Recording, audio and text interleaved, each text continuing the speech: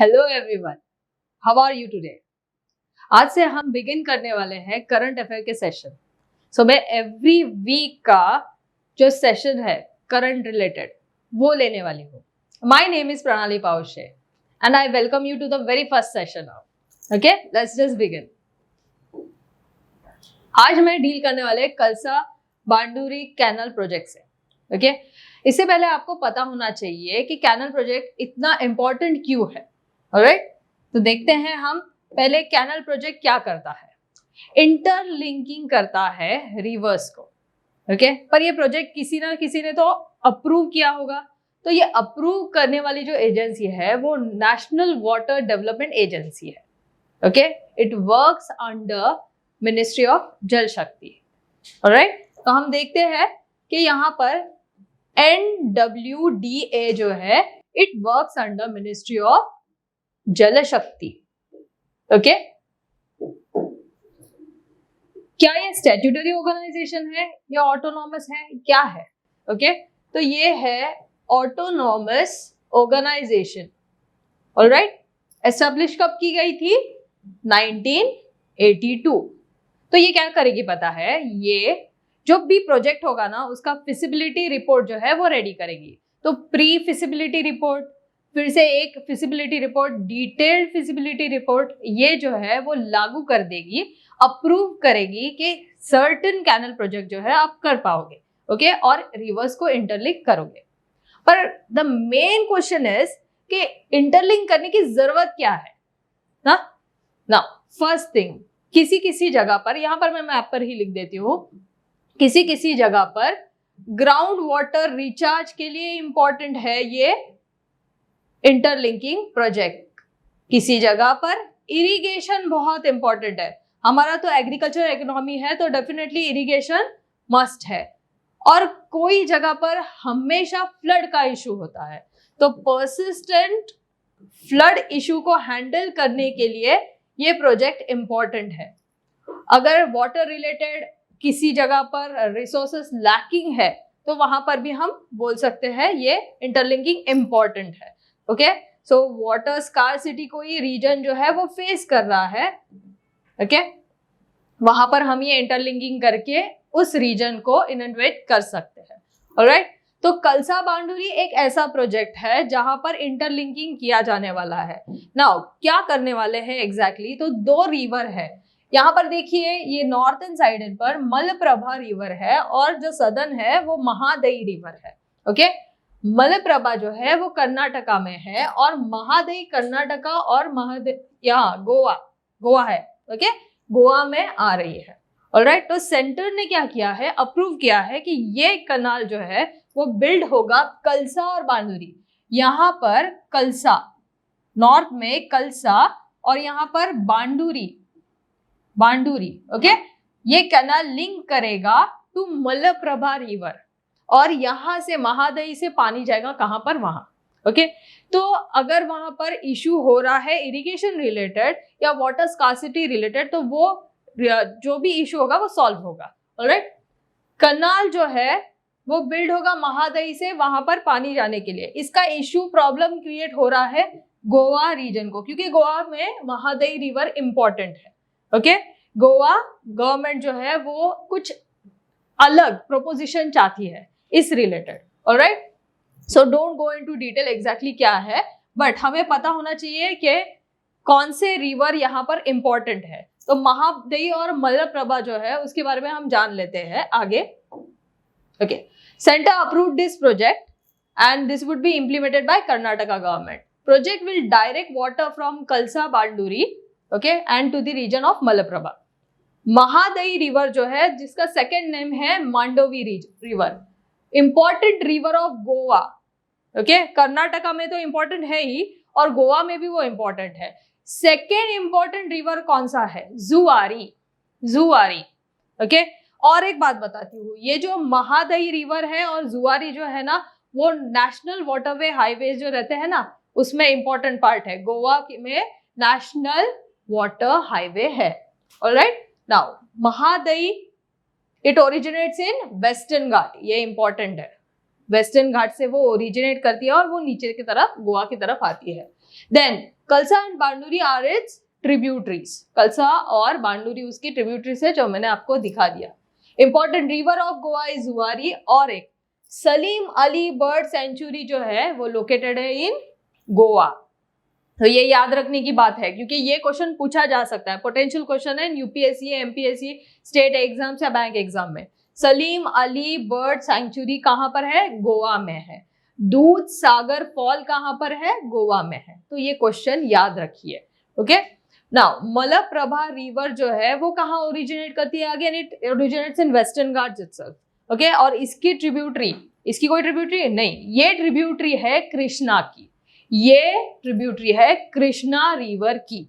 Alright, ये important part हो जाता है। देन जैसे कि मैंने बताया कि नेशनल वाटर डेवलपमेंट एजेंसी जो है वो जल शक्ति, मिनिस्ट्री ऑफ जल शक्ति जो है उसके अंडर में काम करती है। ऑलराइट, बट इसको भी कोई तो भी रिपोर्ट जो है वो देता होगा, राइट? तो सेंट्रल वाटर कमीशन इसे रिपोर्ट सबमिट करता है। पर सेंट्रल वाटर कमीशन एग्जैक्टली करता क्या है? First thing it initiates discussion, initiate करता है कि एग्जैक्टली कहाँ कुछ प्रोजेक्ट जो है वो बांधना है। तो वो कंसल्ट करता है विद द स्टेक होल्डर्स। यहाँ पर स्टेक होल्डर्स कौन होंगे? वो विलेजर्स हो सकते हैं, स्टेट गवर्नमेंट हो सकते हैं, वो सारे जो है स्टेक होल्डर्स के साथ ये बातचीत करेंगे central water commission. And then according to the national perspective plan 1980s में आया था, उसमें हिमालयन रिवर डेवलपमेंट मतलब नॉर्थ वाला, second peninsular river development, peninsular river development, and third जो इंट्रा स्टेट रिवर डेवलपमेंट होगा ना वो डील करेगा। ओके, इंट्रा स्टेट डेवलपमेंट, ठीक है, ये रिवर डेवलपमेंट वाटर, ओके, उस रीजन का वाटर, उस रीजन का रिवर डेवलपमेंट से डील करेगा।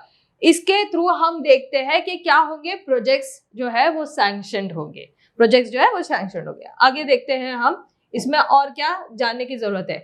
एक सरयू कैनल प्रोजेक्ट जो है वो जानने की जरूरत है। उत्तर प्रदेश में ये कैनल प्रोजेक्ट जो है वो 2021 में कंप्लीट हुआ। 1978 से स्टार्ट किया गया था और अब भी जाकर वो कंप्लीट किया है। ओके, ये इंट्रा स्टेट ही है, उत्तर प्रदेश में ही है। Alright, Sarayu canal project. Okay, अभी आगे जाते हैं। इथिलीन ग्लाइकोल क्वालिटी कंट्रोल जो ऑर्डर है वो गवर्नमेंट ने दे दिया है। इसमें इन्होंने रेस्ट्रिक्ट किया है कि इथिलीन ग्लाइकोल का यूज ड्रग मैन्युफैक्चरर्स और ड्रग डीलर्स ना करें। ओके, बट क्यों ना करें ये भी तो जानना जरूरी है। नाउ गैम्बिया और उज्बेकिस्तान, यहाँ पर because of Indian cough syrup, Indian companies के कफ सिरप के वजह से चिल्ड्रन जो है उनका डेथ हो जाता है। ओके, और डेथ का रीजन बताया गया है इथिलीन ग्लाइकोल को। ओके, तो गवर्नमेंट ने इशू किया है ऑर्डर के you have to restrict the use of ethylene glycol and ethylene diethyl glycol. Okay, तो ये ध्यान में रखने की जरूरत है। अभी आप सोचोगे इसको अभी रेस्ट्रिक्ट करने की क्या जरूरत पड़ी, क्यों ये यूज किया जाता है? अगर पता है कि कुछ इशू है तो पहले है ना एक्चुअल में यूज किया जाता था ग्लिसरीन। ओके, ग्लिसरीन पड़ता है महंगा, ग्लिसरीन महंगा हो जाता है, तो चीपर सब्स्टिट्यूट कौन सा है? Ethylene glycol and diethylene glycol, ये चीपर सब्स्टिट्यूट है, इसलिए इसे यूज करना ये जो मैन्युफैक्चरर वो बेटर अल्टरनेटिव समझते हैं। The order is issued by Ministry of Chemical and Fertilizer, all right, under the conformity to standards and compulsory use of standard mark। ये ऐसे proposition है, मतलब जिसके अंडर सर्टिफिकेशन मिल जाता है। The Bureau of Indian Standards, इसके बारे में जानना जरूरी है। Okay, The Bureau of Indian Standards certify and enforces authority of specific goods and authority। Important क्या है, BIS है ना, वो क्या करता है?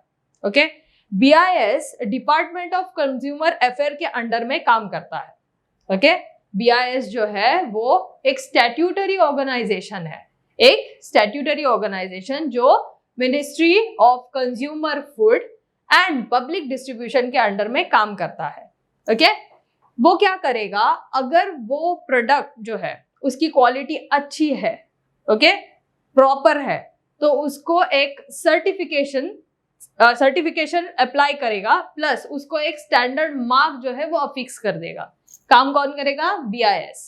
ऑलराइट, इथिलीन ग्लाइकोल कहाँ कहाँ पर मिलता है? इथिलीन ग्लाइकोल ये कलरलेस रहता है, एल्कोहलिक रहता है, okay, found in the products such as ball point pens, paints, solvents, इस नेल पॉलिश, इसमें भी मिलता है। Then raw material for producing, it is a raw material for producing what? Polyester fibre and automotive antifreeze, जो brake system में apply किया जाए वो वाला। ऑलराइट, तो ये जो है वो रॉ मटेरियल का एक्ट करता है, इससे ये बनाया जाता है। इफेक्ट क्या है? देखिए, वहां पर जहां डेथ हुआ ना चिल्ड्रन का, गैम्बिया में, उज्बेकिस्तान में, उनमें देखा गया कि किडनी फेलियर के वजह से जो चिल्ड्रन थे ना उनकी तुरंत डेथ हो जाती है। तो ये पहले इफेक्ट करता है सेंट्रल नर्वस सिस्टम को, फिर ये इफेक्ट करता है आईज को, हार्ट को, एंड देन किडनी को। ओके, इसलिए ये डेंजरस हो जाता है। About BIS, I will write it down. Okay, BIS जो है, that is bureau of Indian standard जो है, it comes under department of consumer affair. Alright, consumer affair. और मिनिस्ट्री कौन सी है? Ministry of consumer food and public distribution, ये याद रखना है। स्टैट्यूटरी ऑर्गेनाइजेशन है, statutory organization which was formed under the act 1986 का BIS एक्ट है। ऑलराइट, तो ये ध्यान रखने की जरूरत है। आपको करंट अफेयर जो है ना वो वर्ड टू वर्ड ऐसे पढ़कर उसे बाय हार्ट करने की जरूरत नहीं है। आपको क्या करना है, उसके कंपोनेंट्स जो है वो स्टैटिक रिलेटेड कितना इंपॉर्टेंट है वो आपको जानने की जरूरत है। थोड़ा प्रीवियस ईयर क्वेश्चन पेपर अगर आप देखोगे तो आपको आइडिया आ जाएगा कि आपको पढ़ना कैसे है। ऑलराइट, ये सारे गवर्नमेंट एग्जाम्स के लिए अप्लाई करता है। आगे बढ़ते हैं।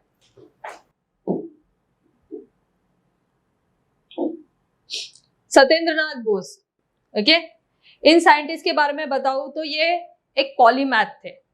ओके, हर एक फील्ड में इनका प्रेजेंस था और बहुत अच्छा प्रेजेंस था। इन्होंने maths, physics, chemistry, even music, biology, इससे रिलेटेड भी इन्होंने बहुत सारी स्टडी की थी। Now why this is so important? Satyendranath Bose ji जो थे ना, उनका बर्थडे था January 1 को। ऑलराइट, इनके बारे में इसलिए जानना जरूरी है क्योंकि इन्होंने बहुत सारे वर्क किए हैं जो यहाँ पर हमें दिखाई दे रहे हैं। He is known for his quantum mechanics का वर्क जो है, क्वांटम कंप्यूटिंग, क्वांटम मैकेनिक्स, ये सुना होगा आपने। तो उन्होंने उस वक्त उस पर स्टडी की थी।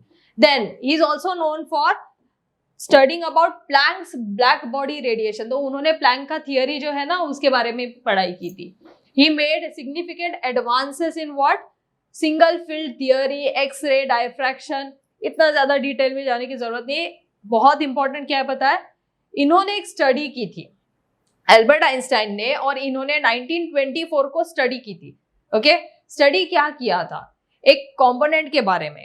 ओके, अगर गैस को सुपर कूल किया जाए, at near absolute zero temperature पर सुपर कूल किया जाए ना, तो वो गैस जो है ना वो एक स्टेट में चला जाता है, और उस स्टेट को बोला गया या नाम दिया गया BEC, Bose Einstein condensate. Okay, तो ये था 5th state of matter. Alright, और अभी इस पर 3 जो रिसर्चर्स थे ना उन्होंने स्टडी की, और उन्होंने उनमें से एक ने नाम दिया उस पार्टिकल को बोसॉन। ओके, और हमारे जनरल लैंग्वेज में हम उसे बोलते हैं द गॉड पार्टिकल। ठीक है, एल्बर्ट आइंस्टाइन ने भी जो बोस का वर्क है ना उससे रिलेटेड उन्होंने और स्टडी किया, और बोस आइंस्टाइन स्टैटिस्टिक्स भी निकाला। दूसरा आपको जानने की जरूरत है, पद्म विभूषण उन्हें मिला है 1954 में।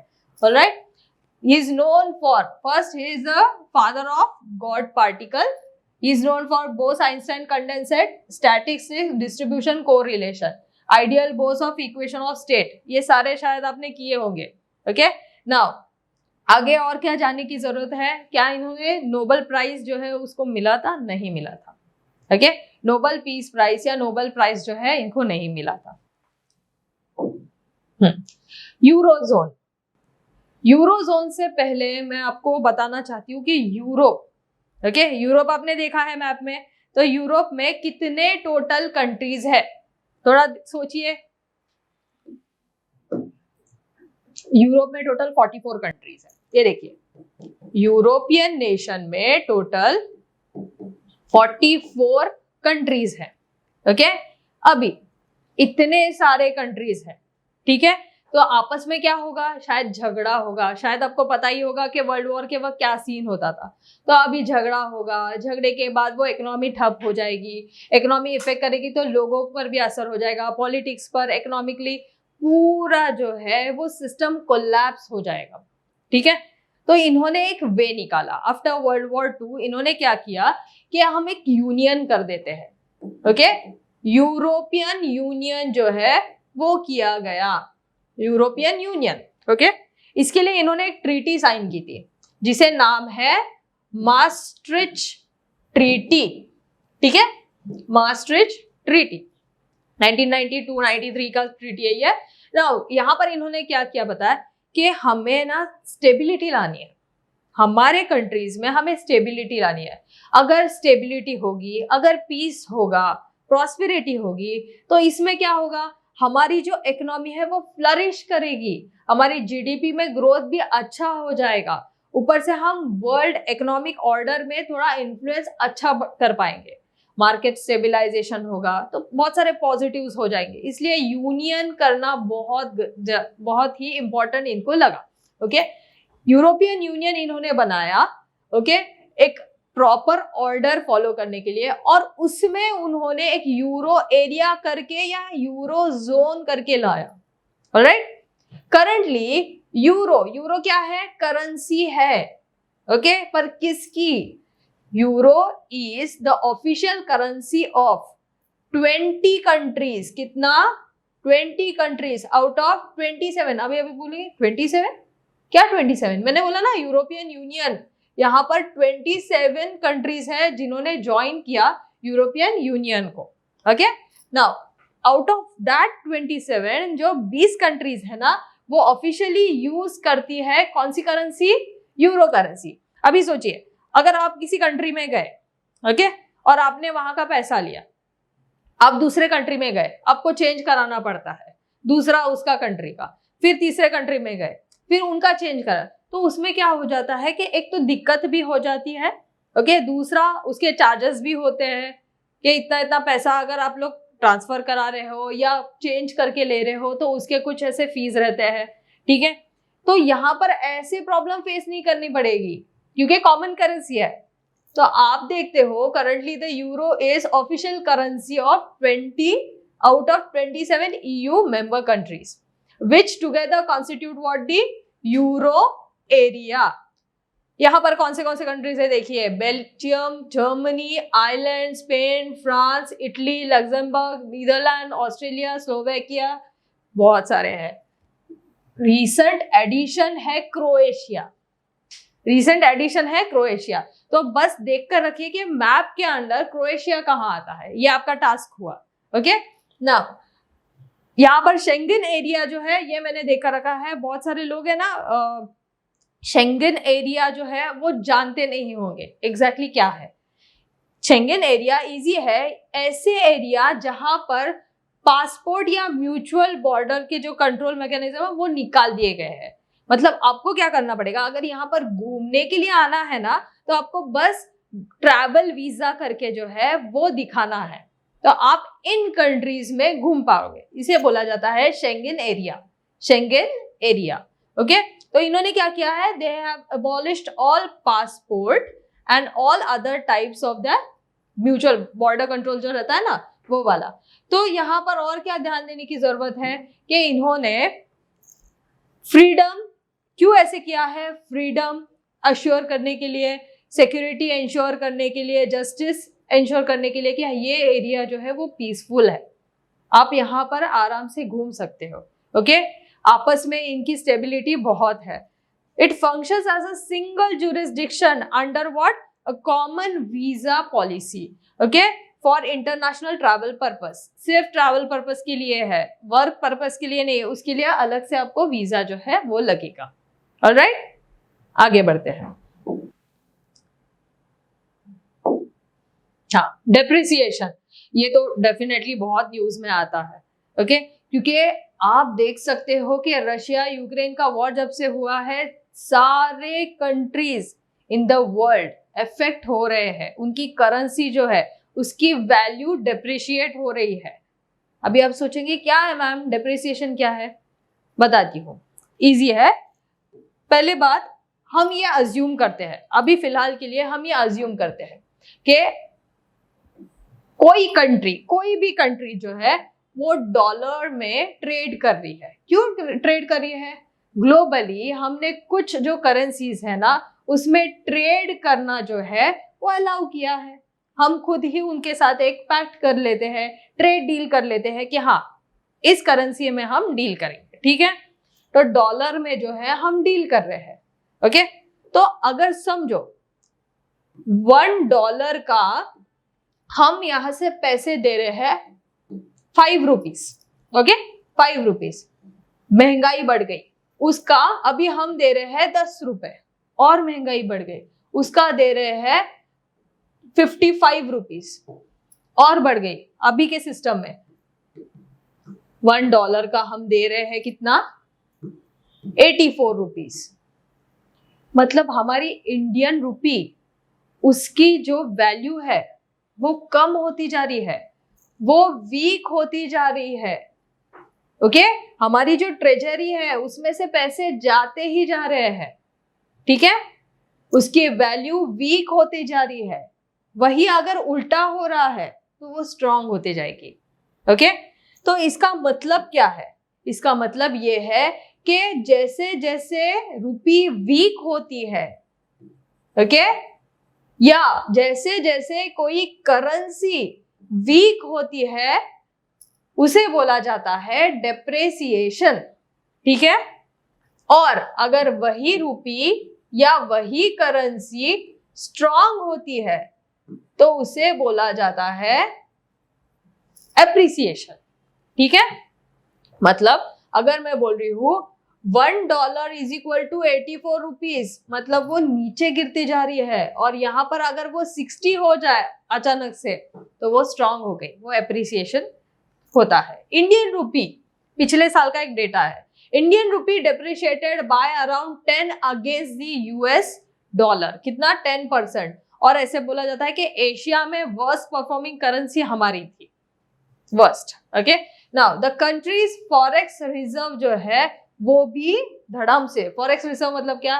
ट्रेजरी में फॉरेन एक्सचेंज जो है या फॉरेन पैसे जो है, गोल्ड के फॉर्म में, करेंसी के फॉर्म में, या और कोई पेपर फॉर्मेट में, ठीक है, वो नीचे नीचे चली जा रही है. ऑलराइट, क्यों नीचे जा रही है?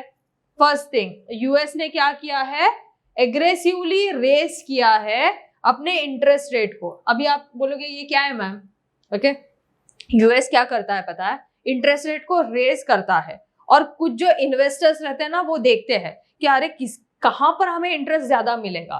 ओके, इंटरेस्ट ज्यादा जहां पर मिलता है वो वहां पर जाकर पैसे जो है वो पार्क करती है, इन्वेस्ट करते हैं. तो पहले वो भारत में आए थे, और भारत से वो शॉर्ट टर्म के लिए जो इन्वेस्टमेंट कर रहे थे वो जाकर उन्होंने पार्क किया कहां पर? यूएस में. क्यों? हायर इंटरेस्ट के लिए. Second, Russian invasion of Ukraine. इसके वजह से तो डेफिनेटली आपको पता होगा कि हर कोई कंट्री जो है वो सप्लाई कंस्ट्रेंट फेस कर रही है. ओके, सप्लाई कंस्ट्रेंट फेस कर रही है. ओके, फ्यूल से रिलेटेड झगड़ा है, और भी बहुत सारे मुद्दे हैं. तो ये भी एक इशू है बिकॉज ऑफ विच डेप्रिसिएशन जो है वो हर एक कंट्री में हो रहा है. Rice in fuel price. Okay, fuel price भी बहुत बढ़ रहा है मिडल ईस्ट में भी, और अभी रशिया को पर भी कैप हो गया है. देन इन्फ्लेशन भी इसके वजह से बढ़ गया है, इसलिए डिप्रिसिएशन जो है वो हुआ है. तो अगर क्वेश्चन आए और उसमें कंसेप्ट ऐसा कुछ दिया होगा तो याद रखिए कि इसके वजह से डिप्रिसिएशन होता है, और अगर अच्छा होगा तो एप्रिसिएशन होता है. ठीक है, Next, black carbon. About that, short-lived climate pollutant which lasts for few days to week. Okay, मतलब ये क्लाइमेट में थोड़े दिन के लिए ही रहेगा. Okay, ऐसे और कौन से क्लाइमेट पॉल्यूटेंट है जो थोड़े दिन के लिए ही रहेंगे? तो उसमें एक लिस्ट है, जैसे है हमारा मीथेन, देन ट्रोपोस्फियरिक, ये ध्यान रखिए, एक होता है स्ट्रेटोस्फियरिक और दूसरा होता है ट्रोपोस्फियरिक ओजोन, एंड हाइड्रोफ्लोरोकार्बन. ओके, तो ये सारे जो है वो शॉर्ट लिव्ड रहते हैं. तो लॉन्ग लिव्ड कौन सा रहता है? बहुत साल जो रहते हैं वो होता है carbon dioxide, green house gases. Okay, ये सारे जो रहते हैं वो लॉन्ग लिव्ड रहते हैं. ऑलराइट, और उसकी वजह से आपको पता ही होगा कि ग्लोबल वार्मिंग जो है वो हो रहा है. Now this short lived climatic pollutant जो है, उसमें ये जो ब्लैक कार्बन का मैंने नेम मेंशन किया है, ये इतना क्यों इंपॉर्टेंट है? द रीजन बीइंग, अभी ये देखिए, ये है ग्लेशियर. ओके, और ग्लेशियर का एक्चुअल कलर जो रहता है वो रहता है व्हाइट कलर. अगर इस पर ब्लैक कार्बन की लेयर सेटल हो जाए तो इसकी दिक्कत क्या होती है? देखिए, अगर ये है ग्लेशियर, यहां पर अगर सनलाइट गिरती है, अगर यहाँ पर सनलाइट जो है वो गिरती है, वो रिफ्लेक्ट हो जाती है. It will reflect. ठीक है, रिफ्लेक्ट होने के बाद वो ग्लेशियर जो है वो अनस्टेबल नहीं होता.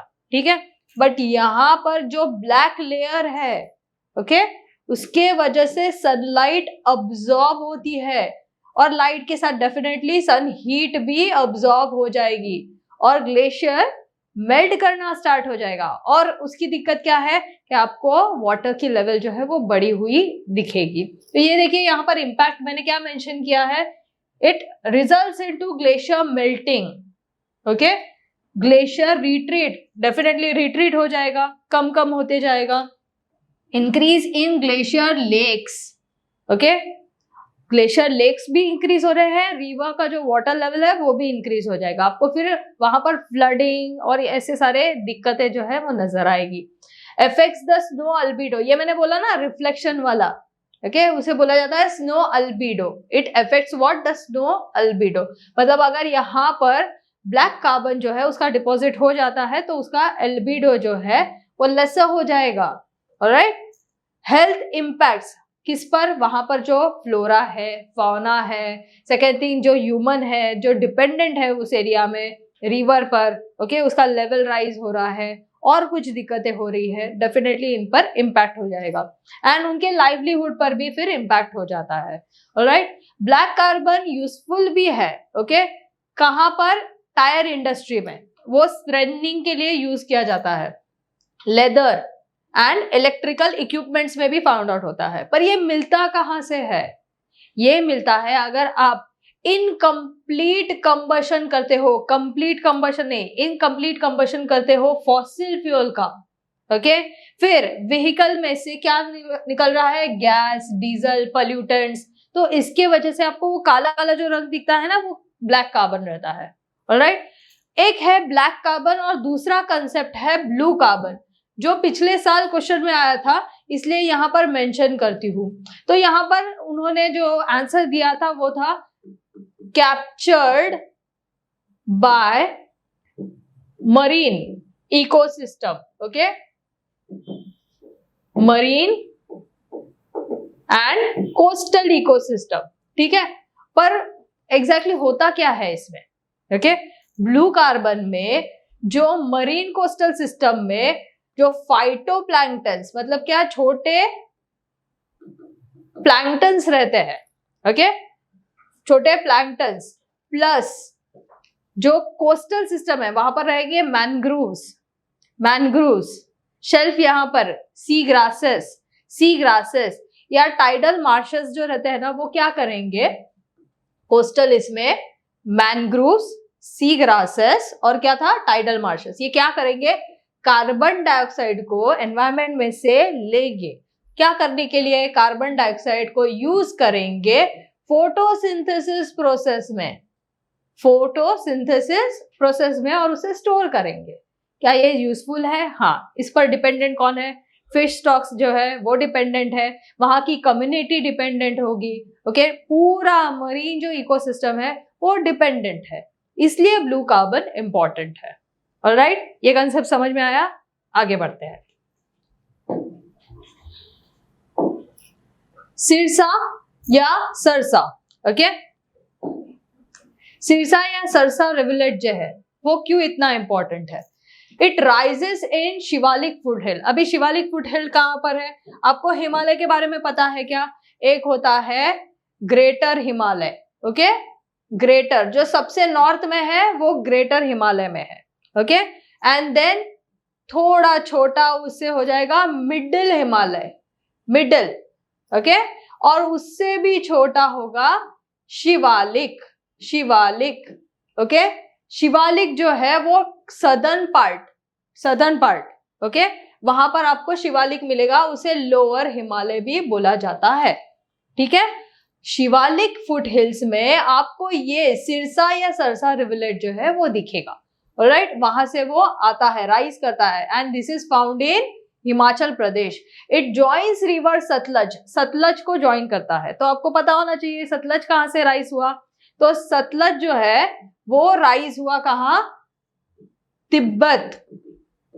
ओके, और तिब्बत में कहा?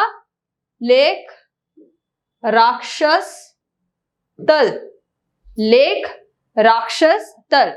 तो इंडिया का नहीं है वो कहां से आया है? Tibet, and it crosses India, ये ध्यान रखना है। ओके, और आपको 5 रिवर्स तो पता ही होंगे ना, और नहीं पता होंगे तो झेलम, चेनाब, रवि, बियास और सतलज। थोड़ा इनके बारे में भी सर्च करके रखिए। ऑलराइट, परिवार विचोरा, इस पर सिरसा और सरसा रिवलेट, वहां पर सरसा बोला जाता है, तो उसे उसके यहाँ एक गुरुद्वारा है, फेमस है, उसे परिवार विचोरा मतलब क्या? परिवार बिछड़ना। ठीक है, किसका परिवार बिछड़ा था? तो गुरु गोविंद सिंह जी का परिवार वहां पर कंप्लीटली बिछड़ गया था। ओके, और वहां पर फिर उन्होंने गुरुद्वारा जो है वो बना दिया। इसके मामले में हमें फिर जानना होगा कि गुरु गोविंद सिंह जो थे वो कौन थे। नाउ वो 10th सिख गुरु थे। कौन से वाले? 10th सिख गुरु थे। तो इनके जो फादर थे ना वो 9th सिख गुरु थे, तो उनका नाम था गुरु तेज बहादुर, गुरु तेज बहादुर, और उनके बेटे गुरु गोबिंद। नाउ जो 10th सिख गुरु थे, खालसा कम्युनिटी का फॉर्मेशन इन्होंने किया था। ओके, खालसा कम्युनिटी का फॉर्मेशन इन्होंने किया था, और टर्बन लगाने का जो अभी ट्रेडिशन है वहां पर, वो टर्बन का जो लाया गया था वो इन्होंने ही वहां पर प्रेजेंट किया था, to cover the hair of males. Okay, Guru Granth Sahib, गुरु ग्रंथ साहिब जो है वो हमारा रिलीजियस बुक होगा, सिख लोगों का। ये किसने बोला था? गुरु गोबिंद सिंह जी ने। बैटल ऑफ मुक्तसर जो था ये इन्होंने लड़ा था, किसके अगेंस्ट? मुगल्स के अगेंस्ट। किसके अगेंस्ट? मुगल्स के अगेंस्ट। अभी इंपॉर्टेंट याद देखिए, ही रोट लेटर, जफरनामा किसके लिए? औरंगजेब के लिए। तो इनके वक्त कौन थे? औरंगजेब थे। कौन? मुगल एम्परर कौन थे? औरंगजेब थे। ठीक है, क्लियर है? आगे बढ़ते हैं। Quantum computing and quantum supremacy. आप कंप्यूटर यूज करते होंगे या मोबाइल भी यूज करते होंगे, राइट? तो उसे बोला जाता है ट्रेडिशनल या क्लासिकल कंप्यूटर, जिसका लैंग्वेज है ना इजी रहता है, जिसका लैंग्वेज इजी रहता है। क्वांटम में थोड़ा हायर लैंग्वेज रहता है, इसकी प्रोग्रामिंग जो लैंग्वेज रहती है ना वो हायर लेवल की होती है। जो हमारा वाला रहता है ना, वहां पर जो यूज किया जाता है लैंग्वेज बोल सकते हैं तो बिट्स, बिट्स। ओके, इसमें होता है क्वांटम बिट्स, क्वांटम बिट्स जिसे क्यूबिट्स भी बोला जाता है। ओके, नाउ क्वांटम, क्लासिकल और नॉन क्वांटम जो रहते हैं, क्लासिकल और नॉन क्वांटम कंप्यूटर्स जो रहते हैं वो रीड कर सकते हैं। क्या रीड कर सकते हैं? या परफॉर्म कर सकते हैं ऑपरेशन। ओके, ओनली 1 बिट, एक बिट पढ़ेंगे और उसके ऊपर, मतलब अगर मैं आपको कुछ बोल रही हूँ, किस लैंग्वेज में बोल रही हूँ, वो इंफॉर्मेशन में दे रही हूँ, सेम वे आप जो कुछ भी वहां पर इनपुट दे रहे हो, किसको दे रहे हो? कंप्यूटर को। वो समझने की कोशिश कर रहा है किस लैंग्वेज में, तो उसको बोला जाता है बिट्स। पर वो एक वक्त में एक ही बिट को जो है वो पढ़ सकता है, ठीक है। बिट्स आर रिप्रेजेंटेड आइदर 1, या तो वो 1 पढ़ेगा या 0 पढ़ेगा, पर दोनों इकट्ठा नहीं पढ़ सकता। ओके, दोनों इकट्ठा वो नहीं पढ़ सकता। क्वांटम कंप्यूटिंग जो रहता है ना, इसमें क्या है हायर लेवल, इसमें कॉम्बिनेशन वो पढ़ सकता है 1 और 0 का भी।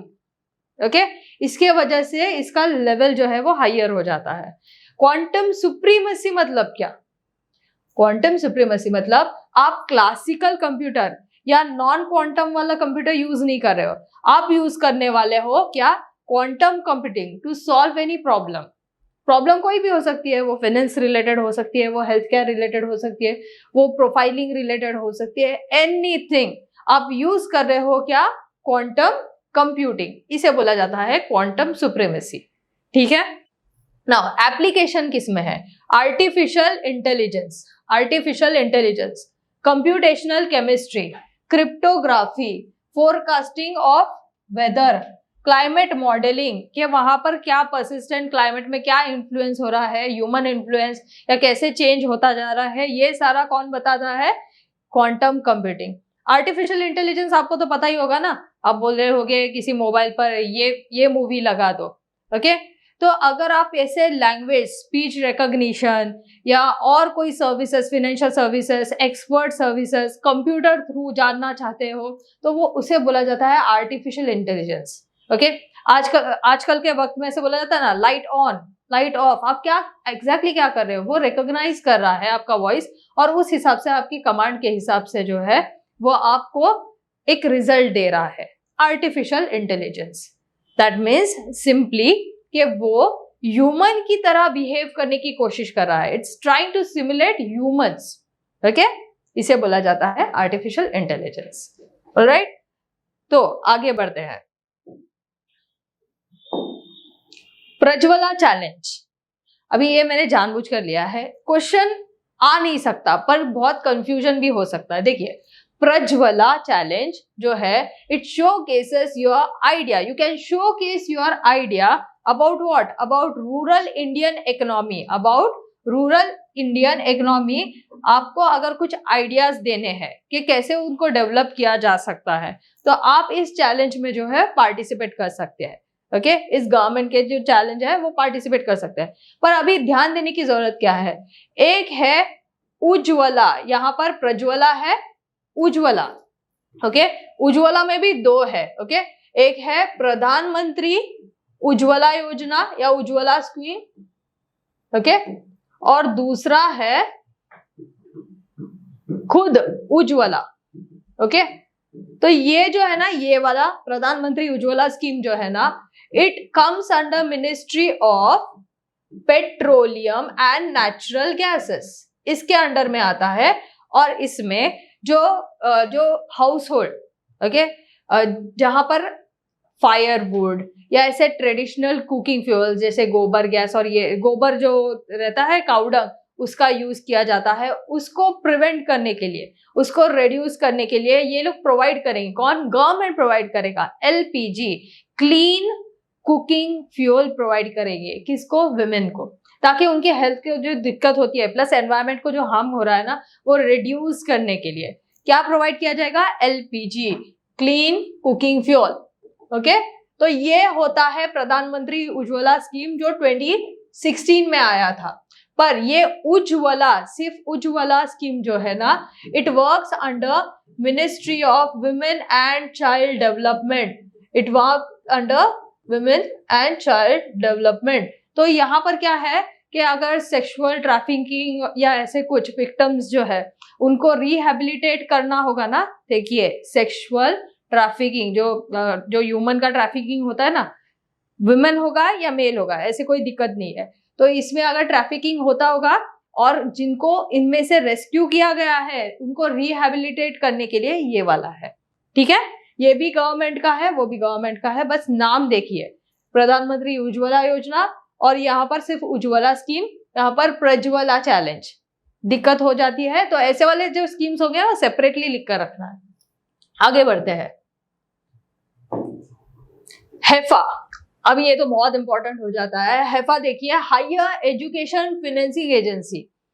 बहुत लोग कंफ्यूज हो जाएंगे, हायर एजुकेशन फाइनेंसिंग एजेंसी तो डेफिनेटली शायद जो हायर एजुकेशन लेना चाहते हैं उनको फाइनेंस मिलेगा, ऐसा नहीं है। यहाँ पर फाइनेंस मिलेगा अगर आपको infrastructure related to higher education चाहिए, ओके, इंफ्रास्ट्रक्चर को डेवलप करना है, तो उसके लिए ये है। ऑलराइट, तो आपको यहाँ पर Haifa which is set up by center in 2017 is to upgrade the infrastructure in higher education institute, ये ध्यान रखना है। ओके, ये कंसेप्ट अगर पूछा जाए प्रीलिम्स में तो गलती मत कर लेना। अभी हैफा क्यों न्यूज में है, क्योंकि उनके पास इतना प्रॉपर एक तो रिसोर्सेज भी नहीं है, और दूसरा थिंग वो लैक ऑफ रिसोर्सेज के वजह से ही इश्यूज हो रहे हैं इम्प्लीमेंट करने के लिए। ओके, इंफ्रास्ट्रक्चरल जो आइडियाज है तो उसे इम्प्लीमेंट करने में इश्यूज हो रही है, दिक्कत हो रही है। HEFA was set up as what, non profit non banking financial company. Okay, non profit non banking, NBFC। Okay, and it is a joint venture between whom, between union minister of education and Canara bank, ये ध्यान रखिए। Okay, to finance what, infrastructure related. Okay, government ने उसको थोड़ा expand भी कर दिया है, आप अभी स्कूल्स और मेडिकल कॉलेजेस है ना, उसका इंफ्रास्ट्रक्चर भी बिल्ड कर सकते हो। अभी यहाँ पर आ ही गए हैं तो हमें ये भी जानने की जरूरत है कि गवर्नमेंट ने अप्रूव किया है कि आप फॉरेन यूनिवर्सिटी, आप नहीं, फॉरेनर्स जो है, फॉरेन यूनिवर्सिटीज जो है यहाँ पर कैंपस अपना या अपने यूनिवर्सिटी या अपना कॉलेज जो है यहाँ पर खोल सकते हैं। ओके, ये अप्रूव नहीं, एग्जैक्टली ये ड्राफ्ट जो है, ड्राफ्ट है, ये प्रपोज किया है। Okay, for higher education institute डालना है, पर कौन डालेगा, फॉरेन यूनिवर्सिटी। कौन सा, फॉरेन यूनिवर्सिटी यहां पर डाल सकते हैं, पर कौन से वाले, जो टॉप 500 ग्लोबल रैंकिंग में आते हैं, जो टॉप 500 ग्लोबल रैंकिंग में आते हैं वो वाले। ओके, तो वो यहाँ पर अपना जो कैंपस है वो सेटअप कर सकते हैं। द थिंग इज, यहाँ पर इन्होंने क्या बोला है कि आप अपने सजेशन, अपने जो कुछ रिफॉर्म्स या कुछ है वो आप दे सकते हो। मतलब ये अभी तक प्रपोजल अप्रूव्ड नहीं है, ये ड्राफ्ट में है। ओके, नाउ नेक्स्ट आगे बढ़ते हैं। वैक्सिनार अग्रीमेंट, बहुत लोगों को पता होगा कि G20 के जो चेयरमैन है, चेयरमैनशिप जो है, ओके, वो कौन हेड कर रहा है, दिसंबर 1 से नवंबर 30 तक, 2023 तक वो हेड करने वाला है इंडिया। आपको डेफिनेटली पता होगा। ओके, G20 का थीम क्या है, ये पता है आपको? ओके, G20 का थीम है वासुदेवम कुटुंबकम, वासुदेवम कुटुंबकम। ये जो है ये थीम लिया गया है महाउपनिषद से, महाउपनिषद से। ओके, तो ये ध्यान में रखिए। नाउ आपको यहाँ पर और एक जानने की बात है कि वसेनार एग्रीमेंट जो है वो भी इंडिया ही हेड करने वाला है, इसका चेयरपर्सन भी इस बार इंडिया ही है। और एक शायद आपने मिस किया होगा, तो हमने ना global level, there is a global level of artificial intelligence, okay, institution related, तो उसमें भी हेड जो है ना वो इंडिया को ही बनाया गया था, बट ये नवंबर का न्यूज था। ये कब का न्यूज था, ये नवंबर का न्यूज था। ऑलराइट, तो वैसेनार जो एग्रीमेंट है वो क्या है, अगर इंफॉर्मेशन आपको प्रोवाइड करना है, information sharing, okay, and standard set करना है रिलेटेड टू व्हाट, कि आप कन्वेंशनल आर्म्स लेते हो, वेपन्स रहते हैं ना, conventional arms and dual use goods and technology, जिसे हम 2 बार 3 बार यूज कर सकते हैं, dual use goods and technology, इसका इंफॉर्मेशन आपको देना होता है। ओके, शेयर करना होता है, अपग्रेड करना होता है, इससे रिलेटेड है वसेनार एग्रीमेंट, और इसका चेयरपर्सन है इस बार इंडिया। ठीक है, other multilateral export control regime, okay, ये कौन से है, जैंगर कमेटी, जैंगर कमेटी जो है इसका इंडिया मेंबर नहीं है। NSG न्यूक्लियर सप्लायर्स ग्रुप, इसका इंडिया मेंबर नहीं है। ऑस्ट्रेलिया ग्रुप इसका मेंबर है, और मिसाइल टेक्नोलॉजी कंट्रोल रेजिम इसका भी है। पर आपको पता होना चाहिए कि ज़ैंगर कमेटी किस रिलेटेड है, तो बताती हूँ। अगर समझो किसी ने न्यूक्लियर वेपन जो है, न्यूक्लियर वेपन उसका प्रोलिफरेशन या और ज्यादा न्यूक्लियर वेपन जो है वो इंक्रीज कर रहे हैं, खरीद रहे हैं कहीं से, तो भी तो ट्रिगर लिस्ट जो है ना वो निकाली जाएगी कि हाँ यहाँ पर कुछ गड़बड़ चल रहा है। तो वो जो ट्रिगर लिस्ट निकालने का काम होता है ना, ये ज़ैंगर कमेटी करती है। ओके, पर India is not the member of this Zangger committee. NSG ये प्रिवेंट करता है कि आप न्यूक्लियर वेपन को बढ़ा नहीं सकते, तो it is trying to control. Nuclear supply groups ऐसे बोला जाता है, बट आप और ज्यादा उसे बढ़ा नहीं सकते न्यूक्लियर वेपन। मतलब क्या है कि आप अगर कुछ यूज कर रहे हो अपने ही कंट्री के इसमें, जिससे कुछ बेनिफिट हो रहा है, जैसे इलेक्ट्रिसिटी न्यूक्लियर रिएक्टर्स में जनरेट करने के लिए, इलेक्ट्रिसिटी जनरेट करने के लिए ऐसे कुछ कर रहे हो तो प्रॉब्लम नहीं है, आप बता सकते हो। बट अगर आप किसी कंट्री के सॉवरेनिटी पर अटैक करने वाले हो, ओके, उसके बाउंड्री के अंदर अटैक करने वाले, तो ये डेफिनेटली घबराने की बात हो जाएगी। तो India is not member of such the thing. यहाँ पर इश्यूज बहुत है, यहाँ पर कंट्रोवर्सी बहुत है। ओके, नाउ ऑस्ट्रेलिया ग्रुप क्या करेगा? This is meant to control, okay, prevent या कंट्रोल केमिकल या बायोलॉजिकल वेपन आप अगर प्रोड्यूस कर रहे हो, यूज कर रहे हो, तो उस पर कौन ध्यान देगा? ये Australia group. India is the member of this group. Missile technology control यहां पर क्या देगा? Proliferation of missile and unmanned aerial vehicle, okay, UAV, okay, इस पर प्रिवेंशन होगा। देखिए, आप मिसाइल जो है किसी और के कंट्री में नहीं डाल सकते। आपका जो है अगर वहां पर आपस में अंडरस्टैंडिंग प्रॉपर है, ओके, तो आप क्या कर सकते हैं? जैसे इंडिया से यहाँ पर मिसाइल जो है वो अंदर चली गई थी पाकिस्तान में, इन्होंने क्या किया, बता दिया कि ऐसे ऐसे आ रही है, ओके, मिसाइल आ रही है, तो ये क्या हुआ? ये हुआ अंडरस्टैंडिंग दो कंट्री के बीच में। पर आप डायरेक्टली मिसाइल बढ़ा रहे हो या कहीं तो भी मिसाइल अटैक जानबूझकर कर रहे हो, तो ये जो है वो प्रिवेंट किया जाएगा। ऐसे प्रोलिफरेशन नहीं अलाउड किए जाएंगे। तो कौन ध्यान देगा? Missile technology control regime. ठीक है, ओके, अगर समझ में आया तो हम आगे बढ़ते हैं। Next is lumpy skin disease.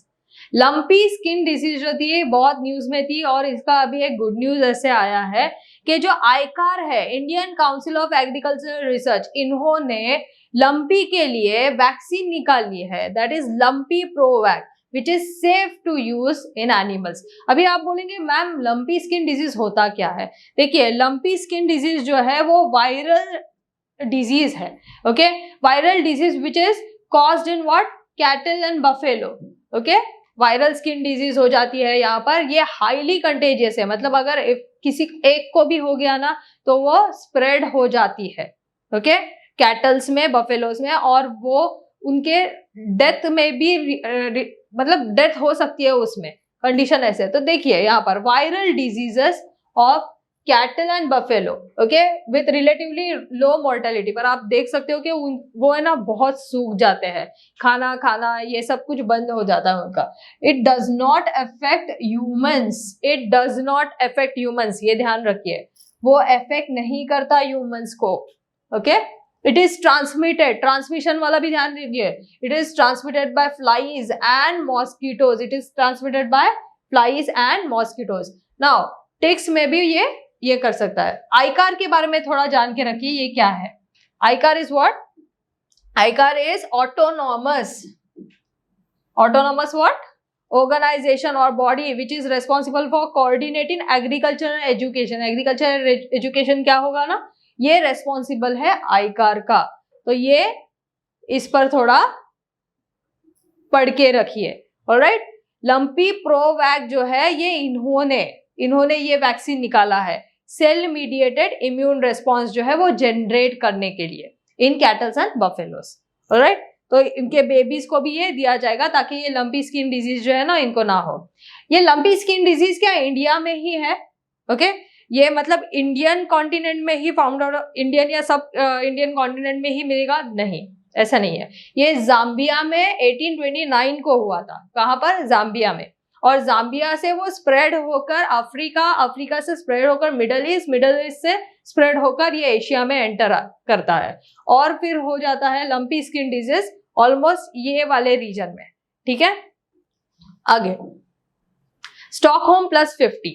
Okay, Stockholm plus 50 जो है वो अभी कंडक्ट किया गया, और इसका थीम था a healthy planet for prosperity of all, our responsibility, our opportunity. ये हेल्ड किया गया था बिकॉज 50 इयर्स पूरे हुए हैं स्टॉकहोम कॉन्फ्रेंस को।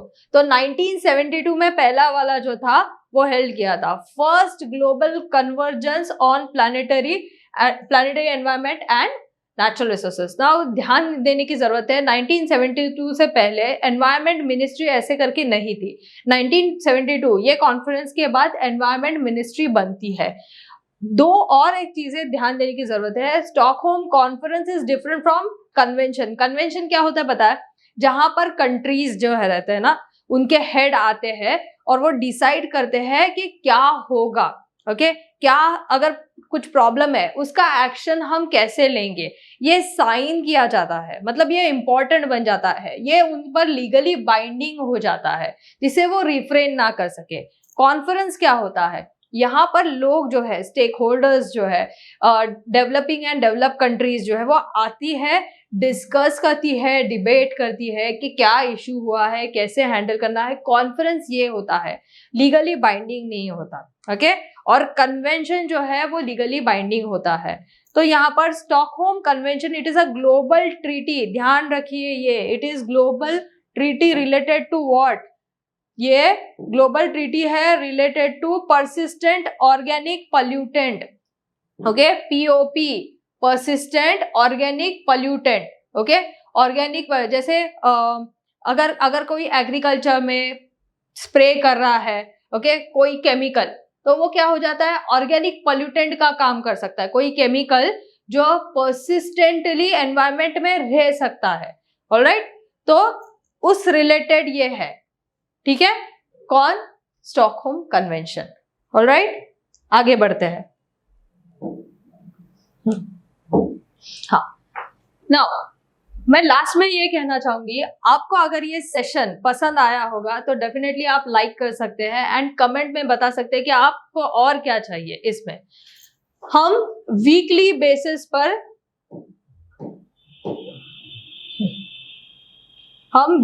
बेसिस पर करंट अफेयर जो इंपॉर्टेंट वाले हैं, ओके, वो कवर करेंगे इस सेशन में। और ये इंपॉर्टेंट है यूपीएससी, एमपीएससी या state PSC and government bank exams, और कोई गवर्नमेंट या बैंक एग्जाम्स जो है उसके लिए ये इंपॉर्टेंट होगा। ओके, आपको कोई दिक्कत होगी, आपको और ज्यादा इसमें इंप्रूवमेंट करना ऐसे आपको लग रहा है, तो डेफिनेटली आपके कमेंट जो है वो वेलकम है। Okay, thank you.